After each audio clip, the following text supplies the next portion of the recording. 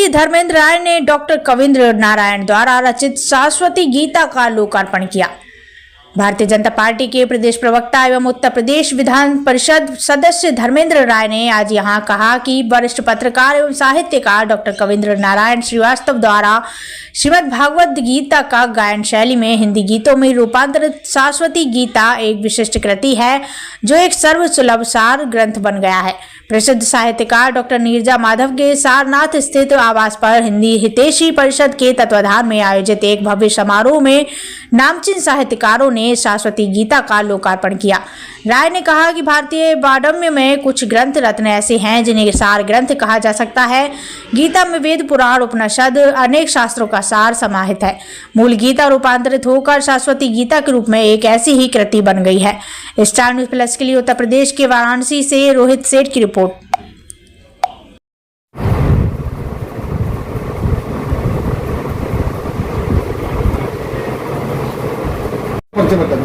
मैं नीरजा माधव हूँ और आज कविंद्र नारायण जी की एक पुस्तक है शाश्वती गीता। तो बहुत दिनों से उन लोगों का विचार था कि उसका जो लोकार्पण है मेरे हाथों यहाँ मधुबन में हो, तो उसी का आयोजन हुआ है और उसका लोकार्पण होना है। तो इस लोकार्पण में आज के मुख्य अतिथि कौन थे और किसके द्वारा हुआ? धर्मेंद्र राय जी जो एमएलसी भी हैं और भाजपा के बहुत ही सक्रिय मीडिया प्रभारी हैं, उनको हम लोगों ने बुलाया था इस कार्यक्रम में। और भी शहर के हमारे बहुत सारे साहित्यकार हैं, उन लोगों के सानिध्य में ये जो पुस्तक के लोकार्पण हो रहा है इसमें क्या खास है? गीता पूरे विश्व के लिए एक जीवन दर्शन देने का काम करने वाला ग्रंथ है और उस जीवन दर्शन को, उस गीता के श्लोकों को इस पुस्तक में काव्य रूप में, पद्य रूप में ढाला गया है। तो प्रत्येक जो श्लोक है गीता का उसको हिंदी अनुवाद करते हुए उसको पद्य में ढालने का काम कविंद्र नारायण जी अपना परिचय बता दीजिए। मेरा नाम डॉक्टर कविंद्र नारायण श्रीवास्तव है और मैं पेशे से मूलतः पत्रकार हूँ। प्रेस ट्रस्ट ऑफ इंडिया जो विश्व समाचार एजेंसी है उसका मैं ब्यूरो चीफ रहा हूँ बनारस में, और उसके बाद मैं प्रिंसिपल करस्पॉन्डेंट पटना में था। फिर पूरे स्टेट हेड में उत्तराखंड में था। उसके बाद दिल्ली में मैं करीब 10 साल न्यूज़ एडिटर। ये आज का जो किताब लोकार्पण हो रहा है, किताब का क्या नाम है और उसका क्या उद्देश्य है?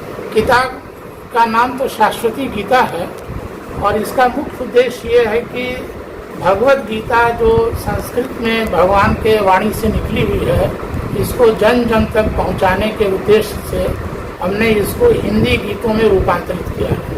भगवत गीता के सभी शास्त्र और श्लोक हिंदी गीतों में भगवत कृपा से ही रूपांतरित हुए हैं, जिसको कि अभी मैं थोड़ी देर में आपके सामने भाषण भी करूँगा।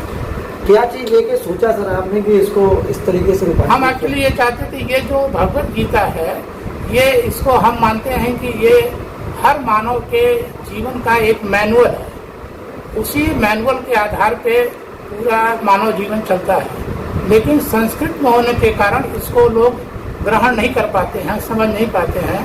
इसलिए मेरे मन में ये आया कि इसको लोग हिंदी गीतों में अगर हम इसको प्रस्तुत करें तो लोग अच्छी तरह समझेंगे। और सबसे जो महत्वपूर्ण मेरे दिमाग में बात आई कि इसको लोग गा सकते हैं, गुनगुना सकते हैं, क्योंकि लोगों में, बच्चों में, युवकों में, युवतियों में, सब में गा करके चीज़ों को ग्रहण करने की प्रवृत्ति ज़्यादा होती है।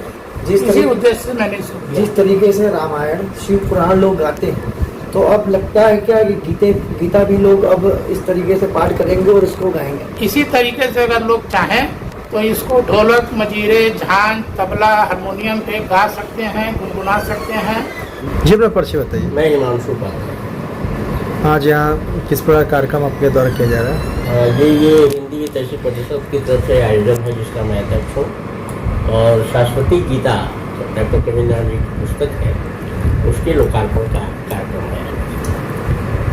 इस लोकार्पण के बारे में क्या कहना चाहेंगे? ये शाश्वती गीता पर आधारित है और गीता के श्लोकों का हिंदी रूपांतरण है। मुझे लगता है कि ये ऐसा पहली बार हुआ है जब हिंदी में किसी या गीता का गीतों के रूप में रूपांतरण। ये अपना परिचय बता दीजिए। मैं बेनी माधव, सेवानिवृत्त प्रधानाचार्य, महाबोधि कॉलेज सारनाथ। आज ये लोकार्पण हो रहा है, क्या कहना चाहेंगे? कहना ये चाहूँगा कि ये बड़ा सुखद अनुभूति हमारे लिए है व्यक्तिगत रूप से, क्योंकि ये मधुबन परिसर में हो रहा है, जहाँ बहुत देश की जाने वाली साहित्यकार डॉक्टर निधिया महातो रहती है।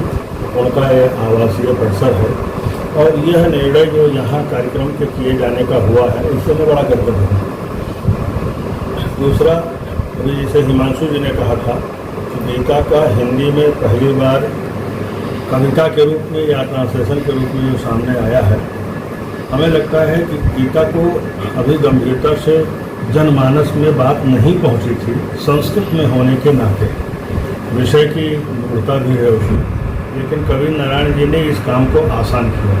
साहित्य का कार्य भी यही है, साहित्यकार का कार्य भी यही है कि जन जन तक पहुंचाने के लिए उसके अंदर जो सुंदरतम, उसका जो पक्ष है, उसको सामने लाए। कविंद जी को बधाई इस बात के लिए कि हिंदी में इस कार्य को करके उन्होंने बहुतेरे लोगों के लिए ये अवसर दिया है कि वो गीता का रसास्वादन कर सकें।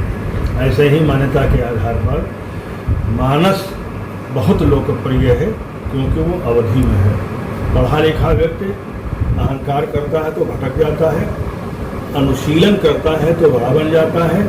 बिना पढ़ा लिखा आदमी रामचरितमानस के माध्यम से अपने आप सुकून पाता है और समझ करके काम कर लेता है, समझता है अच्छी तरह से।